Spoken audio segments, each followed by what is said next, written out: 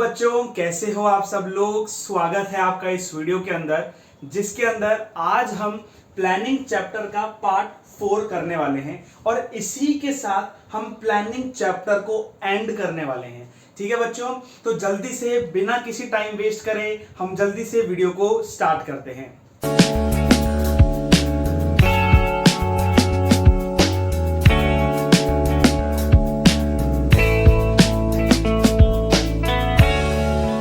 तो बच्चों, आज इस वीडियो में हम टाइप्स ऑफ प्लान एंड जो मेथड्स होते हैं, पॉलिसीज होती हैं, रूल्स प्रोसीजर, इनको हम समझने वाले हैं। हम प्लान्स की कैटेगराइजेशन को समझने वाले हैं। हर प्लान, याद रखो, हर plan, every plan is not same. Every plan is not same.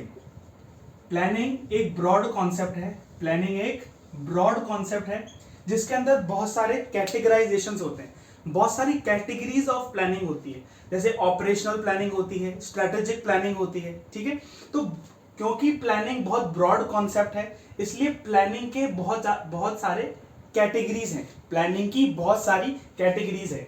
जैसे सबसे पहले देखो, अगर हम कैटेगराइजेशन करते हैं, टाइप्स निकालते हैं, तो सबसे पहला है सिंगल यूज प्लान और दूसरा है स्टैंडिंग प्लान।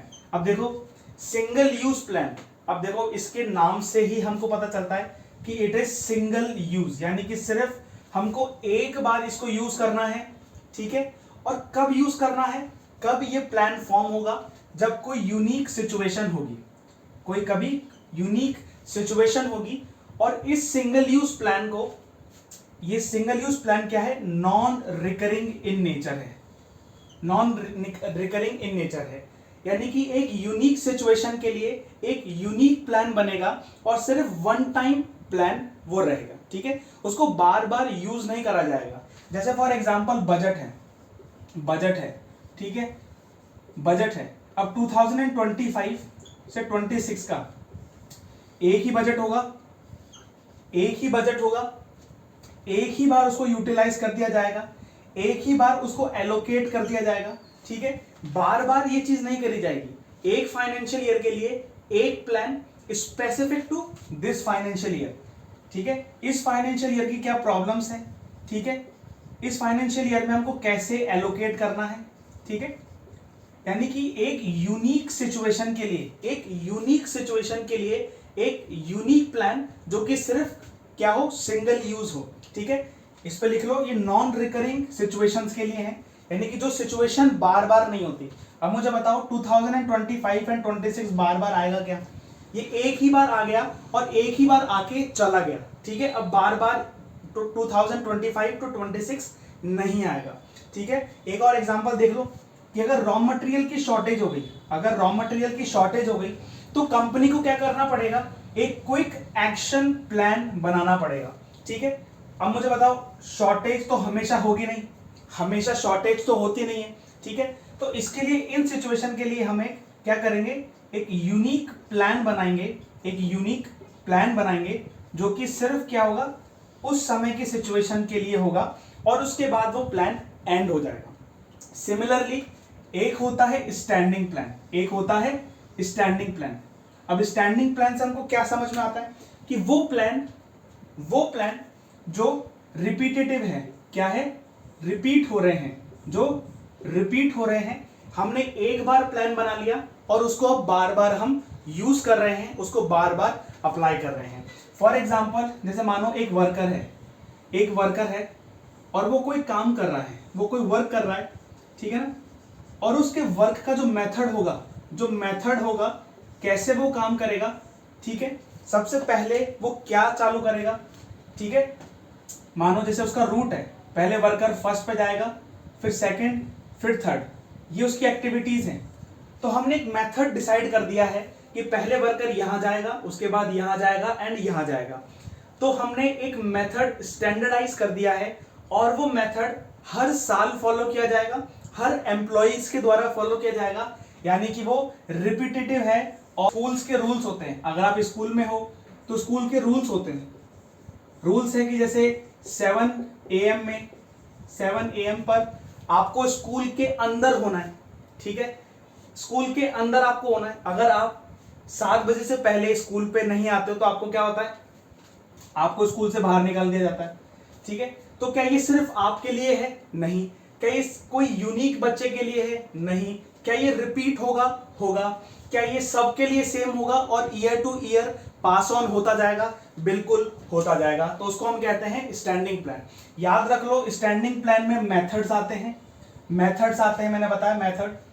पॉलिसीज आती हैं, यानी कि कॉम्प्रिहेंसिव प्लान। हम इंडिविजुअल को पढ़ने वाले आगे। ठीक है, इसके अंदर रूल्स आते हैं। देखो मैंने रूल्स का एग्जांपल आपको अभी दे दिया। इसमें प्रोसीजर्स आते हैं। ठीक है, और इसके अंदर क्या आता है? इसके अंदर आता है बजट, इसके अंदर आता है बजट एंड इसके अंदर आता है प्रोग्राम्स। अब प्रोग्राम्स कभी कभार उसको हम प्रोजेक्ट्स भी कह देते हैं, कभी कभार हम उसको प्रोजेक्ट्स भी कह देते हैं, लेकिन जो प्रोग्राम का स्कोप होता है ना, प्रोग्राम का स्कोप होता है यानी कि एक्टिविटीज, उसके अंदर की जो एक्टिविटीज होती है ना वो बड़ी होती है, वाइड एक्टिविटीज होती है। आप बोल सकते हो एक बड़ा प्रोग्राम है, ठीक है, और उसमें छोटे छोटे प्रोजेक्ट हैं, project A, project B and project C. ठीक है, आप ऐसे करके बोल सकते हो। तो हम जल्दी से सिंगल सिंगल पढ़ते हैं। हम मेथड्स, पॉलिसीज, रूल्स, प्रोसीजर्स, है ना, ऑब्जेक्टिव्स, बजट को सिंगल सिंगल करके पढ़ते हैं। तो हम जल्दी से पढ़ते हैं कि स्टैंडिंग प्लान के अंदर आता है objective, strategy, policy, procedure, methods and rule. जो प्रोग्राम एंड बजट है वो स्टैंडिंग प्लान के अंडर नहीं आता है, वो किसके अंडर आता है? वो सिंगल यूज प्लान के अंडर आता है। सबसे पहले हम पढ़ेंगे ऑब्जेक्टिव्स। सबसे पहले हम पढ़ेंगे ऑब्जेक्टिव्स क्या होता है। देखो ऑब्जेक्टिव्स होता है गोल, ऑब्जेक्टिव्स होता है गोल। और ऑब्जेक्टिव्स कैसा होना चाहिए? ऑब्जेक्टिव स्मार्ट होना चाहिए, यानी कि स्पेसिफिक क्या होना चाहिए? Specific, measurable, achievable, relevant and time bound. ठीक है, तो ऑब्जेक्टिव कैसे होने चाहिए? स्मार्ट होने चाहिए। आप ऐसा नहीं बोल सकते कि हमको सबसे बड़ा बनना है ना, ये कोई ऑब्जेक्टिव नहीं होता। ऑब्जेक्टिव बहुत स्पेसिफिक होते हैं। आपको बड़ा बनना है, कौन सी फील्ड के अंदर बड़ा बनना है, क्या वो अचीवेबल भी है? अगर आप बोलो नहीं मैं तो चांद सितारे तोड़ लाऊंगा, तो वो अचीवेबल नहीं है। ठीक है, तो जो ये ऑब्जेक्टिव है ये स्मार्ट नहीं है क्योंकि ये अचीवेबल नहीं है। तो आपका जो ऑब्जेक्टिव है वो स्मार्ट नहीं है। ऑब्जेक्टिव्स कौन बनाता है? ऑब्जेक्टिव्स टॉप लेवल मैनेजमेंट बनाता है। ठीक है, जो CXOs होते हैं बिजनेस के, वो ऑब्जेक्टिव्स को डिफाइन करते हैं। कोई भी लेबर जो बिजनेस में काम कर रहा है वो ऑब्जेक्टिव्स को डिफाइन नहीं करता है। ठीक है, जो टॉप लेवल मैनेजर्स होते हैं वही ऑब्जेक्टिव्स को डिफाइन कर रहे होते हैं। ठीक है बच्चों, सेकंड आ जाता है स्ट्रैटेजीज। स्ट्रैटेजीज का मतलब होता है कॉम्प्रिहेंसिव प्लान, यानी कि हमने किसी काम को करने के लिए एक कॉम्प्रिहेंसिव प्लान बना लिया है। ठीक है, कॉम्प्रिहेंसिव प्लान याद रखना। स्ट्रैटेजी हमेशा जब ही यूज में आएगी जब कोई न्यू प्रोडक्ट ऐड करना हो। ठीक है, बिजनेस कोई न्यू लाइन में एंटर कर रहा हो, बिजनेस कोई न्यू लाइन ऑफ प्रोडक्ट्स में एंटर कर रहा हो, तभी आपको स्ट्रैटेजी लिखकर आनी है। कभी कभार क्या होता है, आपको केस स्टडी में केस दे देगा और बोलेगा कि बताओ कौन सा टाइप ऑफ प्लान यहां पर यूज करा गया है। तो आइडेंटिफाई करना कि पहली बात तो वो कुछ प्रोडक्ट के बारे में बात करने वाला होना चाहिए, है ना। वो केस स्टडी प्रोडक्ट के बारे में बात करने वाली होनी चाहिए। वो केस स्टडी में ऐसा होना चाहिए कि हम कैसे हमारे कॉम्पिटिटर्स के साथ एक एज रखेंगे, कैसे हम उनके ऊपर एक कॉम्पिटिटिव एडवांटेज रखेंगे। ठीक है, अगर ऐसा कुछ भी आपको दिख रहा है जो क्वेश्चन में या फिर केस स्टडी में लिख रखा है तो वो है स्ट्रैटेजी। एक सिंपल सा याद कर लो कैसे ऑब्जेक्टिव्स को पूरा किया जाए। ये स्टेटमेंट अगर आपको किसी भी केस स्टडी में रिफ्लेक्ट होता है तो इसका मतलब वो स्ट्रैटेजी है। याद रखना ये कॉम्प्रिहेंसिव प्लान है, it is a comprehensive plan. C आ जाता है हमारा पॉलिसी। पॉलिसी क्या है? कोई भी स्पेसिफिक प्रॉब्लम को सॉल्व करने के लिए, जो बिजनेस एक पॉलिसी बनाता है, जो भी बिजनेस एक वे निकालता है अपने स्पेसिफिक चीजों को सॉल्व करने के लिए, उसे हम क्या कहते हैं? पॉलिसी कहते हैं। General guidelines for decision making, यानी कि जनरल गाइडलाइंस है, जनरल गाइडलाइंस है, जनरल गाइडलाइंस है डिसीजन मेकिंग की। अब मुझे बताओ कि अगर आपको रॉ मटेरियल लेना है, आप अगर बिजनेस कर रहे हो और रॉ मटेरियल लेना है, तो उसको आप सेलेक्ट कैसे करोगे, ग्रेडिंग कैसे करोगे कि हमको ये क्वालिटी का रॉ मटेरियल लेना है, ये क्वालिटी का रॉ मटेरियल हमको नहीं लेना है। ठीक है, तो जो आपका डिसीजन मेकिंग होगी ना, उसको गाइड क्या करेगा, आपकी पॉलिसी गाइड करेगी। ठीक है, हमारी ये पॉलिसी है कि हम जो माल बेचेंगे वो क्वालिटी वाला माल होना चाहिए। तो जो आपका डिसीजन होगा जब आप रॉ मटेरियल को लेकर आओगे, तो जो आपका डिसीजन होगा वो उसी सोच पर निर्धारित होगा कि नहीं, हमको कस्टमर्स को क्वालिटी सर्व करनी है, तो जो भी माल हम लेकर आएंगे वो क्वालिटी वाला ही माल होना चाहिए। ठीक है बच्चों, ऑर्गेनाइजेशन की खुद की प्रॉब्लम से सॉल्व करने का तरीका होता है पॉलिसी। ठीक है, अब जैसे क्या हो रहा है, एक वेंडर है, एक वेंडर माल बेच रहा है। अब माल बेच रहा है तो ऐसा हो रहा है कि बहुत सारे लोग रिटर्न के लिए आ रहे हैं। ठीक है, और उसको पता है कि माल में कोई दिक्कत नहीं है, लेकिन क्योंकि मैंने एक लीनियंट पॉलिसी को फॉलो कर रखा है, इसलिए क्या करते हैं, लोग बाग माल ले जाते हैं, उसको यूज करते हैं और वापस मुझे रिटर्न कर देते हैं। तो यहां पर जो एक पर्सन है, वेंडर है, उसने एक पॉलिसी लगाई, बोला कि नो रिटर्न पॉलिसी, बोलते हैं ना हम नो रिटर्न पॉलिसी।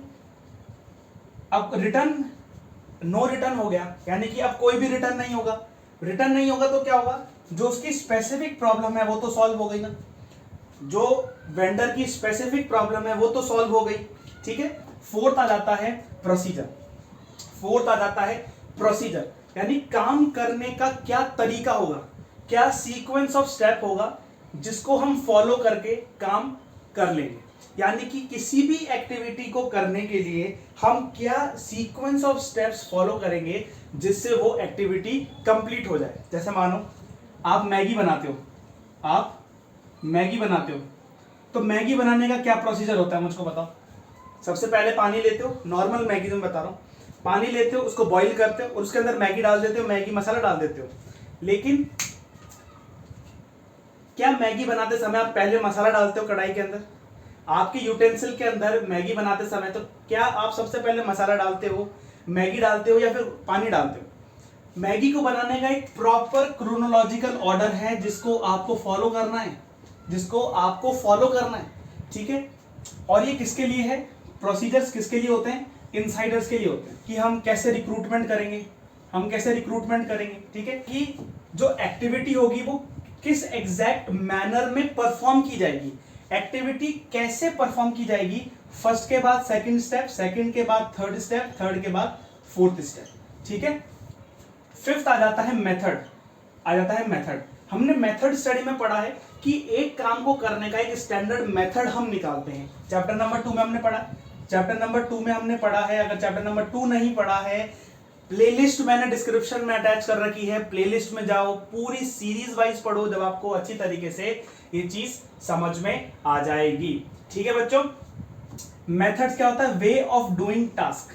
क्या होता है, way of doing task. Methods क्या होते हैं, वे ऑफ डूइंग टास्क, यानी कि टास्क को करने का क्या एक बेस्ट मेथड होगा जिसमें क्या हो, कॉस्ट कम हो, टाइम कम हो और प्रोडक्टिविटी क्या हो, ज्यादा हो। ठीक है, हम वही मेथड को अपनाएंगे और वही मेथड को फॉलो करेंगे, क्या, बार बार फॉलो करेंगे। ठीक है, स्टैंडिंग प्लान। अब 6 आ जाता है रूल। रूल यानी कि रूल होते हैं रिजिड। ठीक है, आपको स्कूल में वही ड्रेस पहन के जानी है, नहीं पहन के जाओ तो आपको पनिशमेंट मिलती है, रिजिड है, फ्लेक्सिबल नहीं है। ठीक है, और सबसे मेन होता है जो रूल होता है ना, वो डिसिप्लिन के लिए होता है कि आप डिसिप्लिन में रहो। हमेशा हमको लगता है कि स्कूल्स में हमको जो है ड्रेस पहन के जानी पड़ती है, एक प्रॉपर टाइम हमको दे दिया जाता है। ठीक है, क्या मतलब इस चीज का, ठीक है, लेकिन वहीं से आप डिसिप्लिन सीखो। आपकी लाइफ में जो डिसिप्लिन आपने सीखा है वो उसी एक्टिविटी से सीखा है। ठीक है, तो रूल्स हमारे लिए बहुत ज्यादा जरूरी है। अब हम चलते हैं, हमने स्टैंडिंग प्लान के पढ़ लिए क्या होते हैं, अब हम सिंगल यूज प्लान के सिर्फ 2 हैं, एक है प्रोग्राम और एक है बजट। जल्दी से हम उसको कंप्लीट करते हैं और इस चैप्टर को हम कंप्लीट कर लेते हैं। प्लान में 2 आते हैं, 2 पॉइंट आते हैं, एक तो आता है प्रोग्राम और एक आता है बजट। ठीक है, अब प्रोग्राम क्या होता है, प्रोग्राम होता है इट्स अ कॉम्प्रिहेंसिव और full plan for a project. मानो कंस्ट्रक्शन का प्रोजेक्ट है, कंस्ट्रक्शन का प्रोजेक्ट है, आपको एक बिल्डिंग कंस्ट्रक्ट करनी है, ठीक है।